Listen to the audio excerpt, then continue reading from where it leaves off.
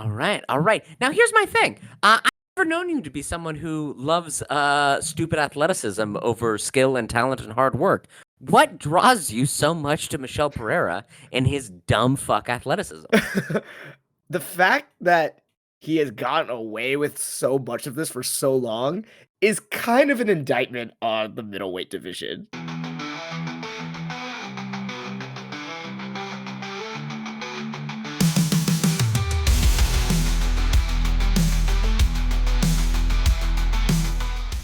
All right, welcome to another episode of Two Fight Fans, where we talk about all things in combat sports. I'm one fight fan, Colin.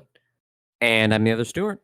All right, we got another picks for this week. We've got the UFC Fight Night card at the Apex and the PFL coming in hot. We do, but first I have to, unplanned, not announce to Colin, I have to get on my soapbox for about 2 seconds and rebrand this podcast the Fuck Miesha Tate podcast really quickly. Okay, wait. I feel like what happened? What's going on? Brendan Schaub was talking about Shane Carwin as part of the antitrust lawsuit and trying to get the judge to accept the settlement. We touched on that briefly for fighters who had fought prior to 2017 in the UFC. A lot of fighters put in things that they needed that money for. A lot of them, MMA is a brutal sport. They have bodies that are kind of broken. They need medical attention, don't have health care. And so a lot of them, that money is something that is really needed. Shane Carwin, as you'll remember, former interim UFC heavyweight champion Shane Carwin with only 14 professional MMA fights, and who retired after his unification title loss to Brock Lesnar, went on the record as part of this lawsuit and said because of the brain damage he had sustained during his time as a UFC fighter, he cannot hold down a job anymore. If you'll remember, Shane Carwin had a degree. He's like an engineer. Yeah, he had a degree in engineering, and he left MMA after not winning the title against Brock Lesnar because he said he'd be able to make more money doing engineering and be better long-term for his family's financial health. Well, because of the damage sustained to his brain, he has brain fog, the inability to hold down jobs because his cognitive function has declined. Brendan Schaub went on his podcast to say, like, this is very sad. He's very close friends with Shane Carwin, and that, like, if someone who held the UFC heavyweight interim title and was a headliner for a $1 million+ pay-per-view buys event, which was Brock Lesnar versus Shane Carwin, the fact that he doesn't have enough money and is in financial dire straits, even after working full-time as an engineer during his UFC run and post his UFC run, that, like, what hope do other people, like, really have? To which Miesha Tate said this: I'm not here to disagree with anything you have said, and I don't know anything about Shane Carwin's life post-fighting. Yeah, I mean, shut up. If you anyway, quote, but I think there are unfortunately many people struggling, so it's a bigger problem, comma, the economy, ... taxes, etc. I also have to wonder if he used any of that money he made to invest in things. Again, I don't know his spending habits. Although fighters may deserve to make more money, it is our job to be smart with the money we make. Not easy, but we do have to be responsible for any decisions we make.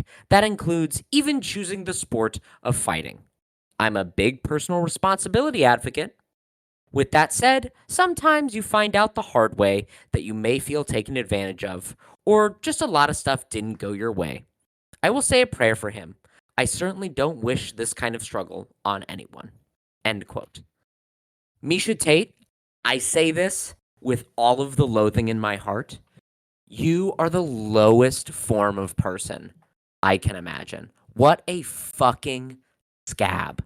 This is a lawsuit about how the fighters in this business were taken advantage of and not able to make money. If they had fought in a different organization, would he still suffer these things? Shane Carwin, I mean? Sure. This is a brutal sport. But the fact that the court has roundly accepted the fact that the UFC has undercut the sales and the amount of money that these people were able to make in their lifetime to ensure a better quality of life later in life. And Miesha Tate comes out and goes, I don't really know anything about his financial responsibility. I don't really know anything about fucking anything, but I think fighters shouldn't ask for more money. What a fucking scab. What a loathsome piece of shit. Anyway, that's the end of my soapbox. But oh, Jeez. dude, I heard that and I was like, what? Imagine somebody being like, I held a full-time job as an engineer, and then because I helped make the UFC as rich as it was and get Dana White literally a billionaire, into the billionaires club. I don't think that Shane Carwin deserves. He would stand to make about $700,000 off of the settlement. He shouldn't get that $700,000 to help his family, his wife and his children, because he's unable to provide for them because of the absolute brutality he experienced helping the UFC build a brand. Just what a reprehensible human. Anyway, let's move on to the fun fights. Unless you have anything to say in response, because goddamn, I was furious seeing that. No, I haven't seen any of his podcasts or didn't hear anything about it. On surface level, yeah, she shouldn't be saying that shit, especially as someone who has, felt the full, consequences of fighting like that. And yeah, it's a pretty cold and callous way, but it also does seem like maybe she's saying something in a way that could be like, oh yeah, like I want this antitrust lawsuit to be like something good for retired fighters, but also like hedging her bet so that she can maybe get back into the UFC one day. Like if she goes She is full in the on, UFC. She's an active fighter. Is she actively fighting though? Does she have a She fight? fought. I think in 2023 she fought. She's still on contract. I didn't think she was. She's being, let's all say it together, a scab. She's using an argument brought out in the 1920s against coal miners and copper miners in West Virginia and Denver. If you didn't want this job to brutalize your body, then you shouldn't have taken it. What absolute nonsense. Absolute nonsense. Miesha Tate, I will be praying for you to be knocked out in every subsequent fight you take. I wish nothing but ill on your household. Good Lord. Anyway, well, let's talk about these fights. These fights are fun. No, it is a stark reminder of the fact that like nobody is less of an advocate for fighters than fighters themselves. And that's like that really is the long and short of it. Yeah. Nobody is more anti-union than the fighters. Nobody is more against, and this is the thing, John Nash and Ben Folks have gone on record as saying a lot of fighters have reached out to them, been like, how do I get the settlement? Like, I can't ask it publicly, but like, I could really use that money. Like, how do I get some of this money? Because ever since I've not like left the UFC, I can't get re-signed anywhere, or if I can get re-signed, it's for like a 5-and-5 contract elsewhere. And the only other thing I can do is try to teach seminars or open up my own gym, but I don't have enough capital to even open a gym. And like running a business and running a gym is very different. Like that, you have to have somewhat business sense. These fighters, some of them don't have it, and like they shouldn't be penalized for not having it, right? They did the job that they were supposed to do and made the UFC a multi-billion-dollar company. They should be compensated for their work. Just atrocious. I just heard that and I was like, Shane Carwin, one of the good guys, like someone who held a full-time job. He was held up by the UFC, used in their promotions as like, look, we have intelligent fighters. He has a degree in engineering. He works full-time as an engineer. And then he left the sport early, only 14 fights, to go, hey, I actually think it'd be better for my long-term financial health to work at an engineering firm. And now he can't even hold down that job because of the damage he sustained. And Miesha Tate has the gall to come out here and be like, I think it's the economy and taxes, ... which is just a veiled way of being like, the government's evil. It should all be anarchy. Like, God, anyway. Anyway, fuck Miesha Tate. I hope she gets knocked out brutally in every other fight that she ever has. Yep, that's that. An absolute scab, and I use that word not lightly. A scab, like the lowest form of human. Anyway, Francis Ngannou, Renan Ferreira. What do you think, man? All right. So we're gonna start with the PFL then, huh? Sorry, I had to come out because I saw that and I was like, dude, this is this anyway. Yeah, let's start with the PFL. It's the All Battle right. of the Giants, and it is the lineal heavyweight champion, who hasn't fought in 3 years. Well, in an MMA cage, he has taken 2 boxing matches and made a shitload of money to do so, which is good for him. But he is coming back and fighting Renan Ferreira, whose nickname I just learned is the Problema, which I like. I think that's nice. The Problema Ferreira. That's nice. What do you think this fight looks like? Okay, well, first of all, is PFL still doing like their like weight class tournament throughout the year, and like is this the finals of it, or is this just like, hey, we're just gonna declare heavyweight champion now with it? Well, so this isn't heavyweight champion. This is the super fight heavyweight championship. Now, what does that mean? Yeah. What is all of this marketing and weird, obtuse, esoteric naming conventions for their fighting, like fight divisions doing for the PFL? What it's doing is it's alienating viewers and just hastening their demise. So who fucking knows? I don't know. I don't care. Okay. The whole point is it's Francis Ngannou, right? Because if this was Renan Ferreira versus anyone else for a heavyweight title, this is don't watch TV. But it's Francis Ngannou, so it is must-watch TV. Mm-hmm. Anyway, all right. So give me your thoughts on it. Any hot takes, any feelings, any plum picks? Where are you feeling on this? So all of my picks for the PFL are going to be all plum picks because all right, I know nothing about any of these people here. I am seeing that Renan Ferreira had all of his wins and his one loss have all been by KO TKO. So knockout machine, just like Francis Ngannou. Yeah. I do see that 2 of his decisions were overturned recently, but whatever. Yeah, I mean, having never seen this guy fight and not knowing who he is or what he does, but I do know Francis Ngannou. Yeah. I don't see this fight going very long. Maybe end of 1 round, maybe 2 rounds at most. So here's my thing. Okay. Here's our surprise 6th bet in this lineup of 5. Without going over, I want to see which one of us gets the closest to the actual minute and second mark for when this fight ends. Okay. How long does this fight take? All right. Because I would like to tell you that Renan Ferreira's last fight lasted all of 21 seconds. The fight before that lasted 5 minutes and 26 seconds. His fight before that lasted 4 minutes and 46 seconds. And his fight before that lasted 50 seconds. So this boy not even going to the 6th minute. Yeah. Yeah. But who is he fighting?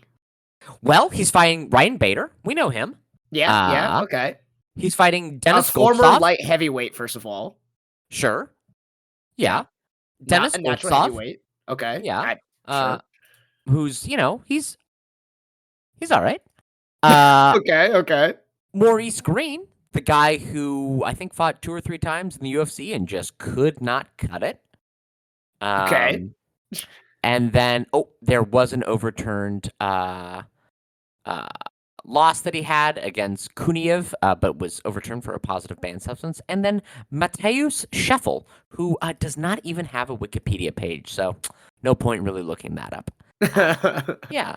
I mean, what's happening is heavyweight is a trash division full of trash fighters. Renan Ferreira is the best of that trash.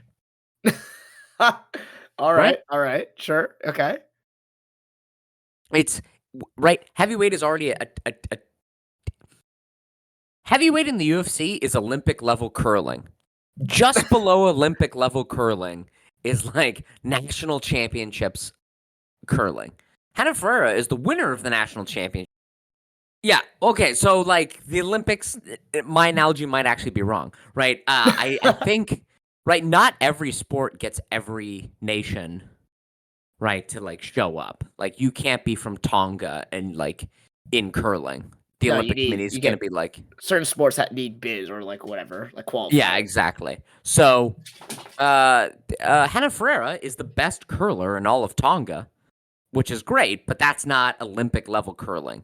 right? Curling is already a pretty crap sport, which is what heavyweight is in the UFC. So like Hennifer, but he is the best for the B tier version of this division. All right. All right.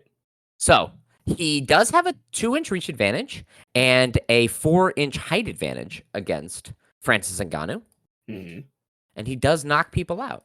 Yep. So what is this? Okay, no, we gotta go back to our original bet. How long does this fight go? Well, okay. First of all, we have to even say who's gonna win. Okay, I will say, okay, I'm saying Francis Ngannou will win by first round knockout TKO at the 4-minute mark. 4-minute mark. Okay, 4-minute mark. Great. And the bet for time is the closest to, but not over. I thought. What about just closest to? Okay, fine. Closest to. Yeah. Great. I will then I'm gonna hedge my bet. I think you're right. Francis Ngannou. Let's quickly give a rundown of the fight, though. Francis Ngannou it's been 3 years, but he was with a blown ACL able to out wrestle Cyril Gane. Renan Ferreira has basically the same grappling ability as Cyril Gane. So Francis Ngannou, if he wants to wrestle Renan Ferreira, should be able to. The last brutal loss that Renan Ferreira suffered was at the hands of Ante Deliha. In Cardiff, Wales. Ante Deliha is a training partner of Tom Aspinall. How did Ante Deliha beat him in 4 minutes and 31 seconds? He shot one takedown, got him to the ground, and pounded him out. So I'm sure Francis Ngannou could do that. But even if he wants to stand and bang, he has been training boxing this whole time. And he has gotten in the ring with Tyson Fury and Anthony Joshua. They didn't go his way, but the ring rust will not be there. And the fear of the big stage is not going to exist. I'm going to say Francis Ngannou. Here's how I'm going to hedge my bet. 3-minute and 59-second KO. Okay. All right. Yeah. So anything less than that, you win. Yeah. But I will say, like, I'm going to guess it's probably going to be closer to the 2-minute mark. If this fight goes longer than 90 seconds, and if it goes longer than 1 round, I think we're in trouble. I think this is going to be a bad fight. Yeah. But again, I have to point out, have you seen any advertisement for this fight? No, after you mentioned that the other day, I like went searching and did not really see anything. It's almost like they don't want you to know this fight is going on. You know? Yeah. Like it's kind of surprising. It feels like, I don't know. I don't know what's going on with their financial situation. To pull a Miesha Tate, but like something smells a little fishy here. Anyway, but yeah, it's gonna be a 90-second fight. You'll be able to probably watch the entirety of it in a Twitter clip. Yeah, it is surprising. Not a lot of advertising, and not a lot of advertising that like Francis Ngannou is the guy. He is the heavyweight champion in the mind of like fight fans. They're going with the Battle of the Giants angle, which I guess, like if you're trying to get casuals to come in, being like big boys gonna punch each other, I guess that's a good angle, right? Like that works. Yeah. Anyway, what about this co-main event? All right, so we've got Chris Cyborg versus Larissa Pacheco. Yes. Again, I know nothing about Larissa Pacheco.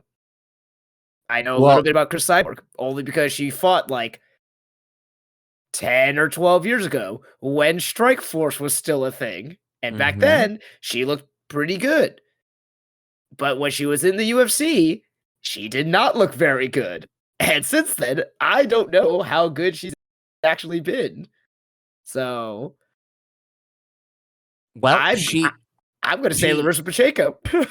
All right, yeah. I mean, so Cyborg lost to Nunes in the 145-pound division. Then she fought Felicia Spencer, and then she went back to Bellator and beat Julia Budd, Arlene Blenko, Leslie Smith, Sinead Kavanaugh. I mean, these are TKO, submission, TKO, KO. Arlene Blenko, again, decision. Ngannou, TKO. Most of these women are blown up 135ers, even a 125er in Leslie Smith. But yeah, I mean, she's kind of continued to just be perennially harder hitting and more tough nosed than everyone else. Larissa Pacheco, on the other hand, usually fights at 155 and is coming down to 145. She won the PFL's lightweight championship, I saw, right? Yeah, Like she beat last year or Kayla something. Harrison. Oh shit. Yeah, she's the last woman and only woman to beat Kayla Harrison. So the question is, does Chris Cyborg still got it? Pacheco, a larger, maybe not harder hitting, but definitely, decent striker and hard hitting striker, who is only 30. Is that just kind of a bad matchup for Chris Cyborg this late in her career? Did you already make your pick? Yeah, I said Pacheco first round. I didn't say how, but I say first round TKO. Okay, first round TKO. Yeah, I mean, I think this is kind of interesting. It would be cool to see Pacheco be the only woman to beat Kayla Harrison and Chris Cyborg, two kind of these Titanic women in MMA. I will say, yeah, I think Pacheco. I think it's probably going to be a decision though. Larissa Pacheco by decision. I think I can see Chris Cyborg. All right. Yeah, there might be a chance they knock each other out, but I think mostly it's gonna be they're gonna get tuckered out, and it'll be pretty slow in the back half of this fight. Yeah, and that's basically a plum pick overall. Oh yeah, 100% for me. That is. Yeah. Are there, for your wild card fight, any of these fights in the PFL that you're gonna call out? Nope. Okay, great. Let me quickly run through two other cool fights on this card. Johnny Eblen is back against Fabian Edwards. Johnny Eblen already beat Fabian Edwards. Johnny Eblen is 15-0. And he might be the best middleweight outside of the UFC. Hell, he might even be he's definitely a top 10 overall middleweight. He might be a top 5 middleweight. All right. Happens to fight here. Fabian Edwards, the brother of Leon Edwards. Johnny Eblen is a wrestler. And so in the first time they fought, everyone thought, Johnny Eblen is going to just kind of wrestle fuck Fabian Edwards for 5 rounds. But in the third round, Johnny Eblen knocked out Fabian Edwards cold. So I think probably that'll either happen again or he will get wrestle fucked. You lost pretty badly, Fabian Edwards, last time. I don't think Johnny Eblen's really going to slow down.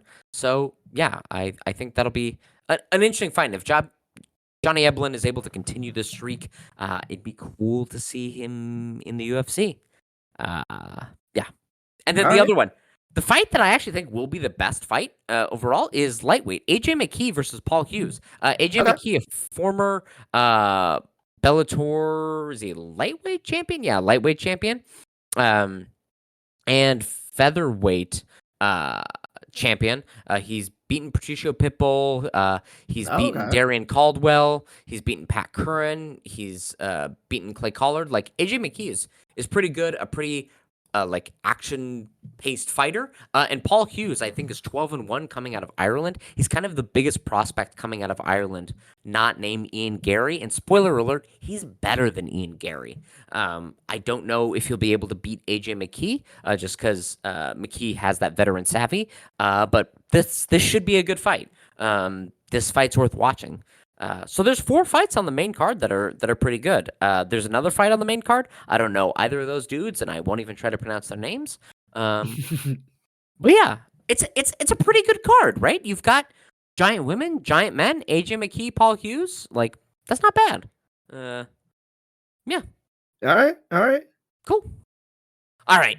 Let's go over to the UFC, another Apex card, and it's headlined by the division built for Apex events. And we're talking about middleweight, of course. It is Anthony Fluffy Hernandez versus Michel. I don't know. Does he have a nickname? I feel like, Demolidor? Demolition? Mhm. Dumb. No, he should be the Carney. Michel the Carney Pereira. What do you think this fight looks like? Oh boy. Well, I hope it's just more of Michel Pereira doing like crazy athleticism, and it's more about okay, how does Anthony Hernandez deal with the unorthodox wildness coming at him? Will he be Mhm. able to? And I don't know. I really don't know. My pick for this is going to be as I've been picking before. Athleticism is cheating. That's a good call. That's a good call. Now, let me posit a different scenario. Anthony Hernandez is known for routinely losing the first round, Mhm. routinely taking kind of a hellacious beating in that first round. And then his opponents tend to beating him up, at which point he drags them to the ground and summarily chokes them out. That's Mhm. kind of been his route to victory for a while. Yep. Michel Pereira has been known, with his insane antics, to tire himself out. Um, does this not strike you as a fight where Michel Pereira might win the first two, hell, maybe even 3 rounds, but not be able to put Anthony Hernandez away? And then, kind of like a siren song, Anthony Hernandez just calls him to the ground, where Michel Pereira does not have any idea of what to do and just gets choked out later in the fight. Yeah. Oh, 100%. Like if Michel Pereira does not knock out Anthony Hernandez in the first, maybe second round, I Mm-hmm. imagine him doing something like pretty stupid looking, like jumping off the cage and trying to like body slam Anthony Hernandez, but just like whiffing entirely and like face planting into the ground, and then Anthony Hernandez just jumping onto his back and choking him out. Like Mm-hmm. that is very much a real possibility. Just as much as it's equally possible that Michel Pereira like turns away from Anthony Hernandez, backflips off the wall, and does a like flying axe kick to knock him out. Like Yeah. both of these are very real possibilities, and I'm going with the latter. That something like that is going to happen. All right, all right. Now here's my thing. I've never known you to be someone who loves stupid athleticism over skill and talent and hard work. What draws you so much to Michel Pereira and his dumb fuck athleticism? The fact that he has gotten away with so much of this for so long is kind of an indictment on the middleweight division. Like, Mm, if it's like you said, the division of donkey brains, if you're not going to figure out how to handle this here, then yeah, like you don't belong in the top 10 of the division then, you know? This is the same to me as like if someone were to play basketball and they were like have insane like dribbling skills, but they could never like and they never pass. All they would do is try to like style on people with all their crossovers and all their like dribbling, but couldn't make a jump shot and couldn't like hit a layup. Like it's hey, you're doing all this great stuff, but you can't really do what you're supposed to do, and that's score. So it's like, all right, let's see what you do. And no, I do appreciate skill and everything, like much more than that. But like you said, the middleweight division is pretty void of that. So I will then root for the next thing that entertains me. And seeing basically like non-scripted WWE wrestler like try to put like those kind of techniques into a real fight, I am entertained. yeah, I guess. Michel Pereira does strike. Well, I have to say, his last few fights, he's not fought in that manner. He's tried to become like technical, by which his brain thinks means like throwing only 5 strikes around. Being like, I'm really gonna like set up this jab, and then he throws one jab, and he's like, all right, let's take a minute off and really set up the next strike, which is kind of lame. But then he has donkey brains where it's like, oh, they're on the ground, backflip. Yeah, that's true. So That's true. But then Anthony Hernandez here. Yeah. I mean, Anthony Hernandez is definitely going to submit him via choke in this fight. I don't know what round, but there's going to be a submission via choke. I'm going to guess the third round. Third round, Anthony submission. Anthony Hernandez submission via choke. I don't know if it'll be guillotine or rear naked, but my gut tells me guillotine. Michel Pereira is every now and then you'll play like a fighting game with someone who just button mashes and they'll Yep. beat you, and you just have to kind of like calm down for a second and go, okay, what are they actually doing? They're just hitting the B button constantly. Okay, I'll just back up, let their character stamina drain, and then I'll take them out. And I think Anthony Hernandez has enough experience taking a hellacious beating and keeping calm under fire that he'll be able to choke out Michel Pereira. That's my bet. Ultimately, I just want to see Michel Pereira climb the rankings enough and fight DDP. Like, that's what I want to see. Or Michel Pereira fight fucking Sean Strickland. Like, both of those I want to see. Like, it would be cool. It would be cool. I want to see just complete full max stat athleticism versus complete no stat athleticism. Yeah. And see what happens. Yeah. Yeah, but it's not going to happen. Anthony Hernandez is going to choke him out. At some point, you're going to hit a wall, Michel Pereira. Oh, yeah. Unfortunately. Because he doesn't have the knockout power. He has the stupid athleticism, but not the knockout power of DDP. So it's just not going to cut it. It's just not going to cut it. But it would be cool. It would be cool. Maybe when DDP eventually loses, which might be never. What if he retires undefeated? Oh my god. What an eldritch horror to think of. Like, what a terrible, like, gazing into the abyss. Anyway, maybe Michel Pereira and DDP will fight one day, but it will not be this day. Anthony Hernandez is walking away with submission. All right. The co-main event, a pretty good bantamweight fight. Yeah. The odds are pretty wide on this one. Yeah, but it's I'm a good surprised. bantamweight. Rob Font, we like Rob Font. Rob Font, good. Rob Font, good jab. Rob Font, good straight punching. Rob Font, well schooled, knows when to throw his punches. Against Kyler Phillips. Kyler, definitely the whitest name on earth. Kyler Phillips, I think, coming off of at least in the fight win streak, versus Rob Font, who I believe is coming off of a loss. Yes. Yeah. What do you know about Kyler Phillips? I don't know much about him, actually. Let me take a look. Have I seen him fight yet? He beat Pedro Munoz at UFC 299. Yep. Apparently, he beat Song Yadong at 259. Okay. Yeah, I honestly don't know much about. He's extremely well rounded. He kind of reminds me, a good grappler, good striking, good long straight punching, and really crisp boxing. Defensively sound. Kyler Phillips does strike me as someone who's going to definitely break into the top 10, possibly top 5 in his next few fights. A very good fighter. I kind of mix him and Peyton Talbot up a little bit because of their long flowing hair and their kind of aloof attitudes. But no, Kyler Phillips, that boy good. This is definitely a setup fight for him to get into the top 10. And I think he'll probably pass it with flying colors. All right. Yeah, I'm gonna pick Kyler Phillips. I'll say by decision. Okay. That was my like kind of plum pick where I was just like, I don't know much about these guys, and before I saw the odds until I put it up this evening, I didn't know that he was such a heavy favorite. So but yeah, I'm gonna say decision as well for Kyler Phillips. Yeah, he's really good at managing range. Rob Font is good at that as well, but I think Kyler Phillips just he's just a little bit crisper and he's younger. And he does have wrestling that he can mix up into it. So he has a little bit more tools to make Rob Font guess, right? He can throw a 1-2, he can throw a kick, and then he can shoot for a takedown. And even if he doesn't succeed on any of those, it's getting people thinking overall. And so then he can kind of confuse his opponents. That's what you saw in the Song Yadong fight. Like he just did more, and it kind of stifled Yadong's offense. And I think that'll work against Rob Font. Rob Font, a little long in the tooth, been struggling as of late. So yeah, this is kind of a setup fight for Kyler Phillips, I think. Okay. Yeah. Okay.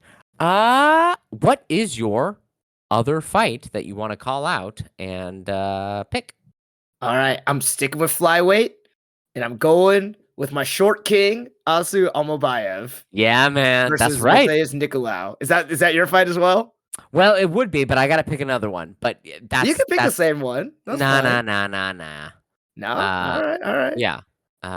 That's exactly right. Asu's gonna do it. I Yeah. believe in him.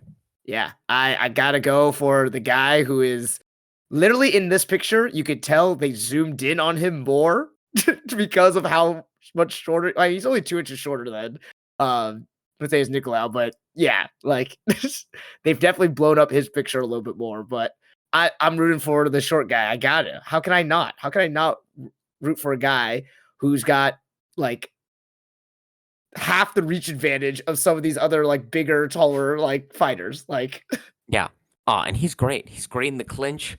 He's good at mixing up combinations. He's a pretty engaged grappler. Like, I love this. I love this. And Mateus Nicolau is coming off of that bad knockout, I think, against uh Perez. So yeah. And after seeing what Almabayev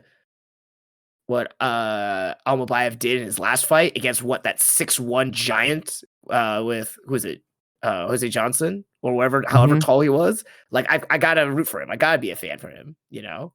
Yeah. So I'm saying Almabayev by decision though. Yep, makes sense. That's yeah, he might get a TKO. He's got pretty decent hands. But yeah, I love Oscar. They can fucking thump. Exciting to see. I'm also gonna stick at flyweight. We've got another flyweight Ooh.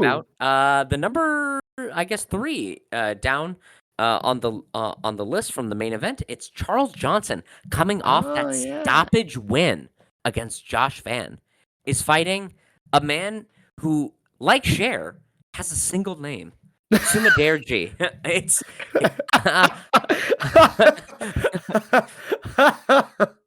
Sumaderji has kind of had a rough go of it as of late. He lost by submission to Tim Elliott and submission to Schnell. Sumaderji seems like somebody who does not really have a great grappling game. He's primarily a striker. But he is going up against Charles Johnson, who, they're about the same height. Sumaderji definitely benefiting from being 5'8" with a 72-inch reach. But Charles Johnson really impressed me against Josh Van. And I think Charles Johnson is going to be able to beat Sumaderji because he's just got a little bit more pop. Sumaderji is one of those guys where you see it in a lot of low-level fighting or lower-level MMA and kickboxing and boxing, where if you can just put a really like high-level intensity on an opponent, a lot of people will wilt. We've seen that doesn't work with Charles Johnson. Josh Van put a decent amount of intensity on Charles Johnson, and Charles Johnson found a way to come back and knock out Josh Van. So I think Charles Johnson by TKO against Sumaderji third round. Third That's my pick. round. All Yeah. right. Yeah. Yeah. Another decent group of fights this weekend. Yeah, like for I guess it's a PFL pay-per-view. The pay-per-view is pretty good, and this Apex card is pretty good as well. Like we have 2 like flyweight bouts of pretty decent consequence. We have a really good bantamweight bout, a middleweight bout that's actually interesting. Anything else on this UFC card you want to call out? Mm, just seeing really quickly who is on it. Oh, you mentioned earlier the curtain jerker between Austin Lane and Robles de España. Yeah, that should be good. Oh, whoa! And then there's 3 women's fights in a row. Yeah, I don't like they really kind of disrespect just bearing them down there. Yeah, But they're not really great fights. yeah. So Aren't bummer. they closing the Apex soon for like remodeling? I mean, Isn't they that next month? say that, but like, is that actually happening? I mean, They've got UFC Apex 100 scheduled. It's in the books right now. So yeah, yeah. I this is a guess. Yeah. pretty decent fight card. I don't know what Jake Hadley and Brady Highstand is doing on the main card, or Darren Elkins against Daniel Pineda. Mhm. Talk about just 2 washed fighters.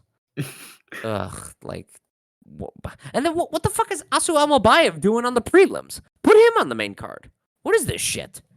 This is crazy. Yeah. And I gotta call out, I don't really like his fighting style, but he's a Canadian brother, so Brad Katona is fighting a bantamweight against John Matsumoto. John Matsumoto should probably win, but gonna root for my short, stocky king, Brad Katona. Yeah, and here's the crazy thing. Well, when is the PFL card? When does it start? Because it's in Saudi Arabia, so it might be in the afternoon. So it might be anyway. Austin Lane, Robles de España. That Francis Ngannou, Renan Fereira. Not the most amazing heavyweight fight you can make, but Austin Lane, Robles de España is the fucking Kirkland brand version of Renan Fereira and Francis Ngannou. It's just two massive men with very little ground skills and very little stand-up skills to speak of, going at it. So, yeah, Robles Espana is a minus 440 favorite. Whoa. It's crazy. Because here's my thing. We saw in his last fight that he has never trained grappling for 30 seconds in his life. Austin Lane played for the NFL. He could probably just run across the cage and tackle Robles Espana to the ground and then kind of make it up as he goes from there. I know he's also never trained grappling, but like he at least knows how to tackle somebody. So he could probably get it to the ground and do something. But yeah, both of these dudes are silly. They both kind of have a smack of Greg Hardy, right? Like just this big athletic person that was brought in that ended up not going anywhere because just being big and athletic doesn't really work in the heavyweight division. Athleticism kind of like drops off in its importance. I feel like it really should still though, because like most of the heavyweights just use their size. So if you have size and athleticism, like a former football player, you should be able to dominate. Like you should be able to do very well, I feel like. They all have such low skill. It's almost like UFC 1, right? Like if you just know what Brazilian Jiu-Jitsu is, like it can shock everyone in the division. They're like, what the fuck is this? Like positional grappling? What? A single leg? Oh my God. Right? Like, I mean, Antonio Nogueira, Big Nog and Little Nog, both two of the most unathletic jabronis around, but they just had skill and were able to do really well at light heavyweight and heavyweight. John Jones was cheating because he had skill and a bunch of athleticism, and that just means he could clear out both divisions if he wanted to. And I mean, he did with one. Yeah, but otherwise, I mean, not many other fights to call up. But hey, that we gave you at least 8 fights to watch this weekend. Yeah. That's a full card. Between these two, you've got a decent card. You've got a decent pay-per-view card. And the PFL fight though, that's a pay-per-view, isn't it? Yes, it is. Here's the question, Colin. Will you be paying for that pay-per-view? I won't be in the country to see it. So. Oh, that's right. For anyone listening, Colin is jetting off to a random country for devious and nefarious deeds. That'd be me. Yeah. If you were in the country, would you pay for this card? No. Yeah. It's kind of a bummer too, because right, if a UFC card was headlined by Francis Ngannou versus the Bellator champion coming over to the UFC, and Chris Cyborg and Larissa Pachenko were fighting for the 145-pound belt, and Johnny Eblen, Fabian Edwards, it is a title in the PFL, but in the UFC, it would be for, let's say, the number 5 or 6 spot in the middleweight division. And then AJ McKee and Paul Hughes to probably break into the top 15 at lightweight. That's a pay-per-view I'd watch, right? Yeah. A heavyweight title, right? We basically had that at UFC 307. We had the light heavyweight title. We had a women's division that is kind of dead. And then we had like some like top 10, top 5 contenders fights below that. So like that would be a UFC event that people would pay for. I think the PFL people just aren't going to buy it. But yeah, it's like you said, like since there's been no advertising for it, I don't even know where to order the pay-per-view for this. Like ESPN if I wanted Plus, to, baby. It's on ESPN Plus. Okay. Yeah. I mean that's where all of the fucking PFL is. Yeah. Yeah, I didn't even know that. That's the thing. Like there you go. Yeah, I know. Like they do such they do such a bad job. Yeah, For also, what is the start time? Because it's in Saudi Arabia. So does that mean it's like a noon fight? it's probably good, like a noon Eastern, maybe. Oh, well, that's actually not bad. Like, I'll watch like a cup of coffee and a croissant. Like, I'll watch that. Like, that's not bad. Yeah, especially because you know that like the main event and probably the co-main is lasting not very long. Yeah, Um, yeah, let's see. 1:30 p.m. Eastern is the yeah. start of the main There you card. go. Yeah. 10:30 Western time. So Oh, perfect. Yeah. Just like a you could even cheeky early. sleep in a little bit. Yeah. Oh, I was gonna say like brunch, mimosas, and fights. Um, yeah. Well, and that's that another is thing. some degenerate life right there. That's something that we haven't talked about for the upcoming UFC 308. Yeah, yeah. That card takes place at the main card starts at 6 a.m. Pacific. Wait, no. I think it starts at noon. The Nope. main card? No, Yeah. the prelims start at 6 a.m. Oh, you're right. Yes, you're right. Yeah. Yeah, I was on the UFC's website and it's at 6 a.m. But you are correct. It is noon. Or no, is it 11? Oh, it might be 11 Eastern Yeah, time. Yeah, 11. yeah. I Yeah, think I saw that. yeah. Um, God, that card looks so much better than the cards we're talking about now. Yeah. Why the fuck are we talking about? Though I gotta say well, no, hold on. There are three good prelim fights. Not two good prelim fights. And there's some bad prelim fights. But that main card sucks. Except they put fucking Shara Bullet Magomedov on there. What the Yeah, I fuck is saw that? that. Get him Yeah. out of here. Because it's the only place he can fight, like you said. Yeah, I know, but he's not interesting. Put him on the prelims. You've got Rafael dos Anjos against Jeff Neal on the prelims. Put that on the main card. You have Mateusz Rebecki against Miktabik Oraboy. Like, that's great. We want that guy on there. That boy good. That boy interesting. I want to see him fight. Like, yeah. Anyway, but we're focusing on this card now. So assuming Francis Ngannou wins the title. Well, okay, hold on. Let me back it up. Let me posit it to you this way. Which is better for the PFL? Francis Ngannou winning or Renan Fereira winning? Francis Ngannou, of course. And then what happens? What's the next fight that Francis Ngannou takes after this? Oh, In MMA. Because In he's definitely taking a boxing match. We yeah, know this. yeah. Yeah. Let's see. Who else is in the PFL in the heavyweight? Can you name a heavyweight outside of the UFC is basically what this game is. Yeah. I mean, just because it was already said Ryan Bader, but that's like Not a great fight, but also kind of interesting because he is a wrestler. yeah. All right, list of current PFL champions. Let's see. Heavyweight, no. Jesus, where? Okay, heavyweights. Let's see. I don't know any of these people here. Now, what about I got nothing. I literally know 0 people on this in this fucking roster right now. brutal? What about somebody outside of the heavyweight division? I'm talking Vadim Oh. Nemkov at light heavyweight. I'm talking Phil Davis at light heavyweight. Like, what about them moving up? Because part of the contract that Francis Ngannou signed was that his opponents get to make $2 million Oh. when they fight him. He wanted to have better pay for even opponents fighting for a title. He didn't like how in the UFC, when you get the title shot, your contract basically stays the same. So if you're on a 10-10 and you get that title shot, you just get 10-10. Yeah. And then when you win, your next fight changes.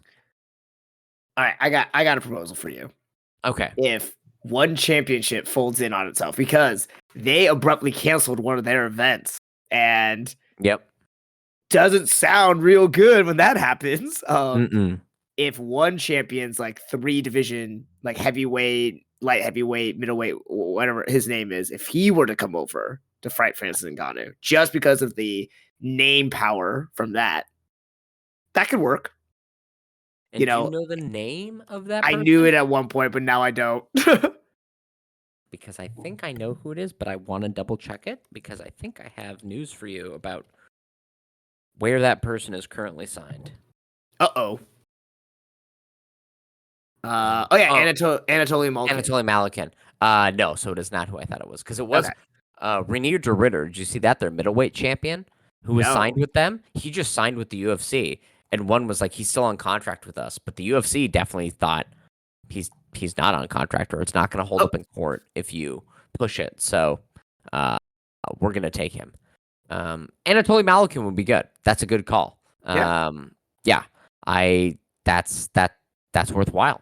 Um, yeah, we'll see what happens. But yeah, it's kind of surprising because like I know Derek Lewis and Tai Tuivasa both re-signed with the UFC recently, but it feels like you were free agents for a hot minute. Why not? Because Derek Lewis's name and Tai Tuivasa's name would sell better than Anatoly Malakin or Renan Fereira. Why not go over and collect that $2 million payday from PFL? It's a little surprising to me that they went that way. And then if you win, then you have a rematch. That's another 2 million or more with Francis Ngannou. And if you lose, it's still $2 million. Yeah, but both of those people seem to be enjoying their time in the UFC. When I say enjoying, I mean they're like they are happy with where they're at. And I feel like it's kind of also hedging their bet. Like if they were to sign with, you know, with PFL. PFL or Bellator or anyone like that, like they're never coming back then. Yeah, that's true. You don't get invited back to the big show. Yeah, so like they're kind of hedging their bets and get as much as they can on the highest stage, and then I could definitely see them like if they went on a losing streak or eventually cut, then they make their way over there if they didn't want to do something like bare knuckle or whatnot. But I mean, here's the thing: PFL is not going to be around for a while, and I know, yeah. I think Francis that's the other thing too. Ngannou. Like if they went, Specific. It's specific to Francis Ngannou's contract that his opponents get paid $2 million. yeah, So like, as soon as his kind of train leaves the station, you might be coming in on a 50-50 contract, like most of these fighters. right. Like then you're not commanding anything. I was a little surprised. They re-signed and didn't try out, go take that big payday elsewhere. Also, where you can get sponsorship money. Like see how much for a single or two paydays you can cash in on sponsorships on whatever the contract may be against Francis. But that will be pretty much it then. That's the end of their career but then. They're making what 100 and 100 or 200 and 200 to get a ton of brain damage you can put on Apex cards and they're not getting half of their pay because they're losing a lot of the time. Like why not get paid $2 million plus sponsorship, which could be upwards of several $100,000 to lose to Francis. Mm. Yeah, that's my thought. Like why not? Yeah. Anyway, and then if Asu Almabayev wins, who do you want him to see fight next? Oh, this is kind of like what we talked about last time, So like, where can we go? Let's see. Steve Erceg, another tall, lanky guy, to fight against, and that might be a good way for him to bounce back a little bit and not be just fed to like higher level top contenders. Manel Kopp is also good. He's fighting the number 7 ranked guy, so he will. Oh, he is. Yeah. He would break into, we'll say, number 7 or 8, right? So only above him would be Alex Perez, Tatsuro Taira, Kai Kara France, Samir Albazi, Brandon Moreno, Brandon Royval. Yeah. Brandon Royval is not going to fight. Moreno and Albazi are tied up. Maybe Kai Kara France or Alex Perez or Taira. Yeah. With Taira, that would be a good fight as well. Alex Perez, that could be good, but I don't know if he's recovered yet from his knee injury, so like he might be out for indefinitely for a long time. So if he wins, maybe Tatsuro Taira, because that means Taira, you get another shot to stay in this upper division, but Almabayev, you get a chance to try to ascend the ladder the same way that Taira did. Yeah. Well, there we go. I mean, that's it Those is some good. Go it ahead. is kind of sad to see, or like hard to see, that in this division everyone is cannibalizing one another. But that is kind of the nature of more competitive, and as the higher ranking you go, it's just like someone's got to lose. So you know, I guess I'm just maybe very partial to this division that happens to not get a lot of fanfare or spotlight and is always on the verge of just collapsing. Yeah. Well, I mean, it's also, I think the UFC has done such a poor job of managing the flyweight division. Oh yeah. That they're reaping what they're sowing at this point. I think they're really hoping Tatsuro Taira would kind of blow through Brandon Royval, get the shot against Pantoja, or I mean, they are injecting Kai Asakura. He's getting a title shot. If he wins, he's not fought anyone in the top 15, and so it Yeah. suddenly becomes all new matchups. Well, I really think they were hoping to have a Tatsuro Taira versus Kazakura match, because then you have a guaranteed Japanese champion right there, you know? Yeah. Yeah. Well, did you see that Brendan Royval said that they had initially offered him Kai Asakura, not Tatsuro Taira? Oh. So it sounded like they wanted Kai Asakura to have a one fight before getting the title, but because Brendan Royval turned it down, they just were like, Just fine. gave it to And him. then they gave the title shot to Pantoja. Yeah. Yeah. So much for rankings and Exactly, you right? know, meritocracy and all this shit. Yeah. But do you think they would have given Tyra the immediate title fight if he had won this past weekend? Well, I think they announced the Kai Asakura fight before. I thought it was after. Was it? I'm pretty sure it was after, yeah. Well, it would be weird because it would have to be a quick turnaround. Like they had to have that Kai Asakura fight like kind of loaded and ready to go because Yeah. it's in December, right? So like Oh, yeah, you're that's ideally true. already training for this. Yeah. Maybe their plan was to give like a short notice, basically title shot against Pantoja, but Pantoja, like they told, like you're fighting in December, and Kai Asakura, they probably told him you're fighting in December, and they would have found somebody else as like a number one contender fight. Mhm. But I mean, again, that's not a good way to create highest level fights. No. Yeah, so they probably would have at least said like you're next for the winner of Pantoja and Kai Asakura, right? Because if Asakura wins, then you can definitely put it in Japan as Japan in the title fight, or if it's Pantoja versus Tatsuro Taira, you can say like he beat Kai Asakura, and now we're gonna go to Japan, and he's gonna try to beat Tatsuro Taira. Yeah. Yeah, it's but no, it's still a good division, right? There's still good matchups to be made all up and down this thing. We have Josh Van kind of lurking around. We have Asu Almabayev lurking around. We've got contenders. It's good. It's good. Flyweight's good right now, man. Yeah. Yeah. It's yeah. They just missed. Why? Because they thought they were going to close it down too, and then they didn't because they're donkey brain fools. Not that closing it down would have been the right choice. I'm saying don't plan to close something down and then keep it open and be like, oh man, why is it not working the way we want it to? Anyway, but yeah, a pretty good upcoming weekend of fights. Yeah. We've got little dudes, we've got big dudes, we've got the biggest dudes, and we've got the biggest donkey brain dudes. We like all of that. And then, dude, the week after. Fuck. Ilya Topuria, Max Holloway, Robert Whittaker, Hamza Chimaev, Ankalaev, Rakic, Jeff Neal, Rafael Dos Anjos, Miktabik Uruguay, Mateusz Rebecki. Fuck. It's a good card, man. It's a good card. Yeah. And Max Holloway, Ilya Topuria. The winner of that is Fighter of the Year. And I will not hear any other arguments to the contrary. We'll see. It's not Alex Pereira. It can't be. He beat Jamal Hill and Yuri Prochazka. Like, what does that mean? Fucking nothing. I mean, it means something, but like, it's not the same as beating Max or beating Ilya. Yeah, but also what he's accomplished in the time that he's done. We'll do this at the end of the year, but all right, we'll do it at the end of the year because we have to see. We'll see. Okay.